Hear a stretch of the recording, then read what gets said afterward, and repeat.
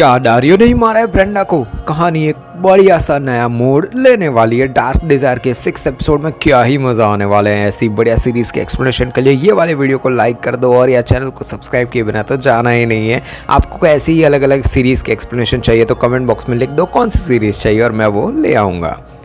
जोई का बचपन दिखाया जाता है, कैसे लियो और एल्मा उसका बर्थडे मना रहे हैं। तभी लियो को कॉल आता है। कॉल पे बताया जाता है कि जेल में किसी ने उसकी खुद को मार लिया है, आत्महत्या कर ली है।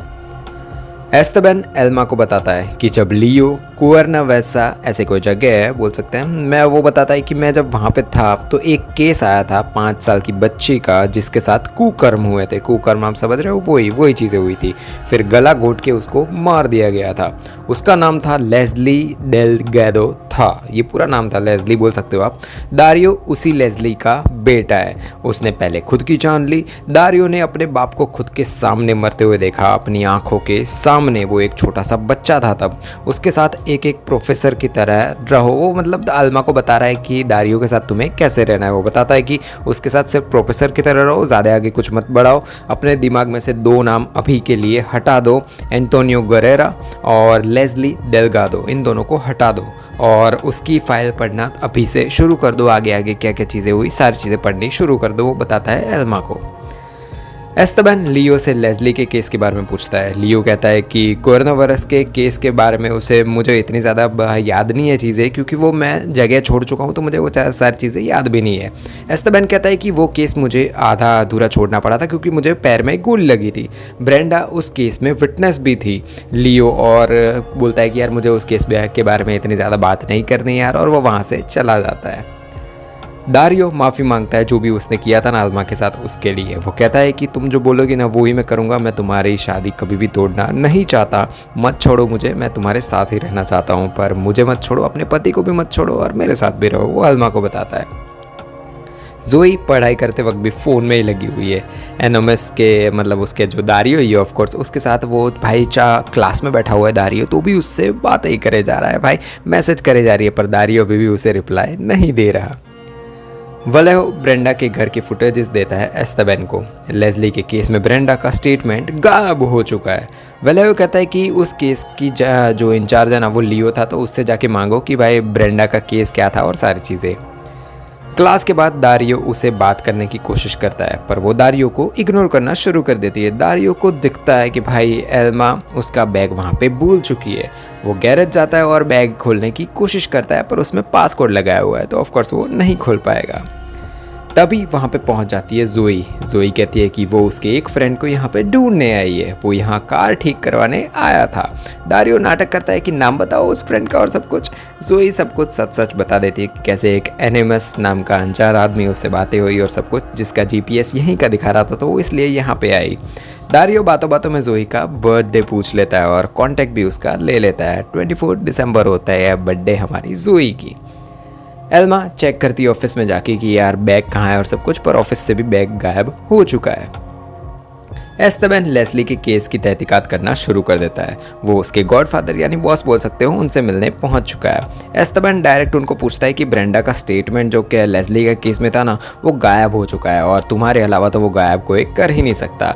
तुम्हें ऑर्डर दिए गए होंगे ये गायब करने के लिए, पर उस ऑर्डर में था क्या ये मुझे जानना है। दिखाया जाता है कि बहुत सारे मर्द नंबर लेके खड़े हुए हैं कि भाई चूज़ करना है, और ब्रेंडा को कहा जाता है कि इनमें से किसने उस लड़की के साथ ये सारी चीज़ें की थी और सब कुछ।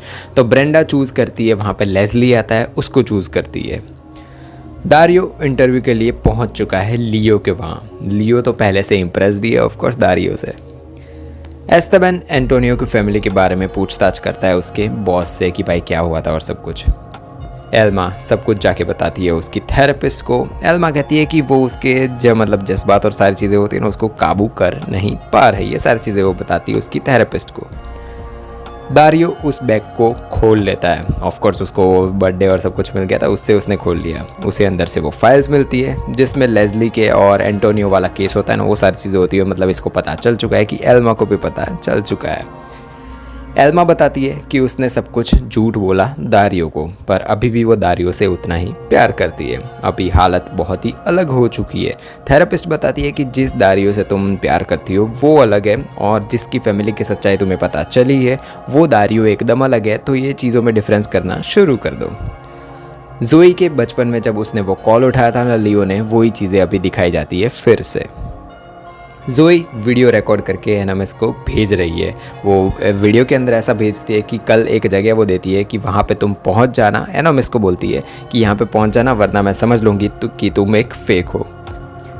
एस्तेबन सारे फुटेजेस और सब कुछ चेक कर रहा है ब्रेंडा के घर की। तभी कॉल आता है लियो का। लियो के दिमाग में एक बात याद आती है उसे डेल्गाडो केस के बारे में, वो बताना चाहता है, पर एस्तेबन कहता है कि उसने उस केस के बारे में सारी छानबीन करनी और सब कुछ बंद कर दिया है। ब्रेंडा ने ही खुद को मार दिया होगा, ये मैंने सोच लिया है, और वहीं पर ये चीज़ें ख़त्म कर देता है। वो सारी सच्चाई बताता नहीं है लियो को। एल्मा घर आती है। लियो अच्छे तरीके से एल्मा को घर पे मिलता है, बातें करता है।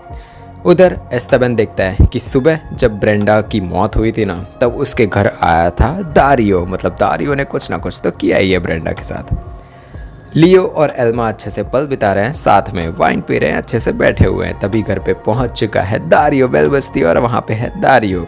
एल्मा का बैग लेकर वो वहाँ पे पहुंच चुका है, और एल्मा एकदम फिर से शॉक्ड हो चुकी है कि यार ये यहाँ पे कैसे आ गया। लियो तो भाई खुशी होगा ऑफकोर्स, उसको तो भाई ये दारियो बहुत ही अच्छा इंसान लगता है। उधर एस्तेबन को सीसीटीवी से पता चल जाता है कि वो बेल्ट जिससे भाई जो ब्रेंडा की मौत बोल सकते हैं, उसने खुद को मार लिया या फिर अभी मर्डर, कोई भी पता नहीं चला है जो सच्चाई है वो, पर वो बेल्ट है ना वो दारियो की होती है। ये चीज़ पता चल जाती है एस्तेबन को, और भाई एस्तेबन अब छोड़ने नहीं वाला दारियो को। और ऐसे ही एंड होता है एपिसोड 6।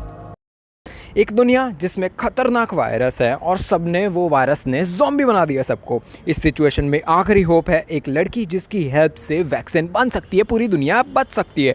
एक खतरनाक आदमी कैसे उस लेडी को बचा के, यानी वो बच्ची को बचा के ज़ॉम्बी की दुनिया में, आपको पता चल जाएगा। ऊपर की वीडियो में जान लो कि भाई the last of us series में क्या क्या हुआ। बढ़िया सी सीरीज़ है।